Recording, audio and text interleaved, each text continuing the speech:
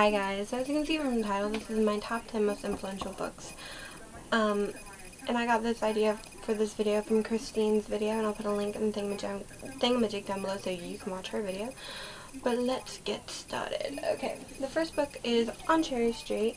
This was the first book I ever read, and it kind of started my love of reading and taught me how to read, so that's why it's number 1 on my list.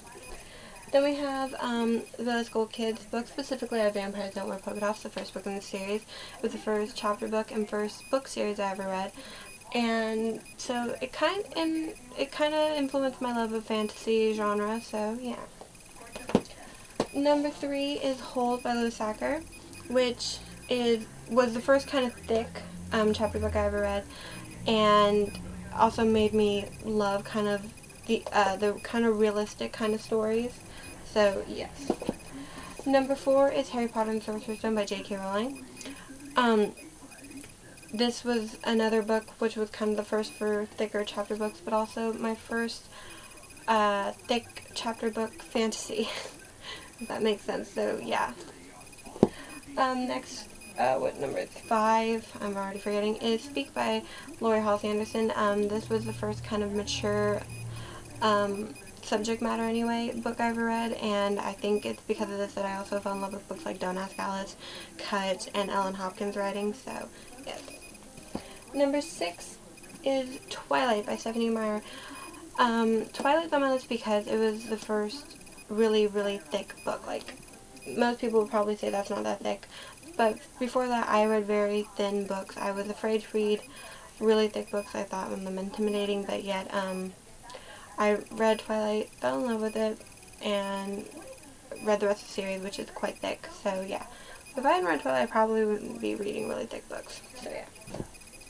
Number 7 is The Secret Life of Bees by Simone Kidd.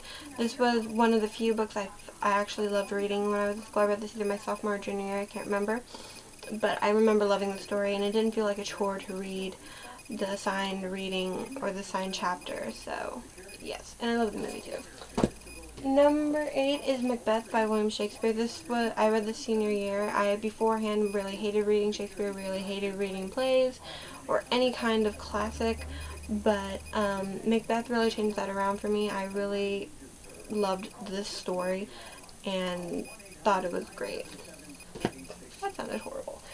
Number 9 is Frankenstein by Mary Shelley. Before reading Mary Shelley's Frankenstein, I'd always been afraid of reading classics because I was afraid that, since they are classics and the language is so old, I wouldn't be able to completely understand the story. But I read Frankenstein partially because I had to for an assignment in school, but I fell in love with the story, was able to understand it, even though some things confused me, but overall I understood it and I loved it, and I'm not as intimidated by reading classics anymore, so yes, that's why that's on the list.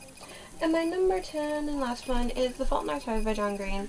And besides the fact that this story is so beautiful and rips out my heart, the reason this is on my most influential list is because I want to be a writer, and this book and John Green's words inspire me so much to.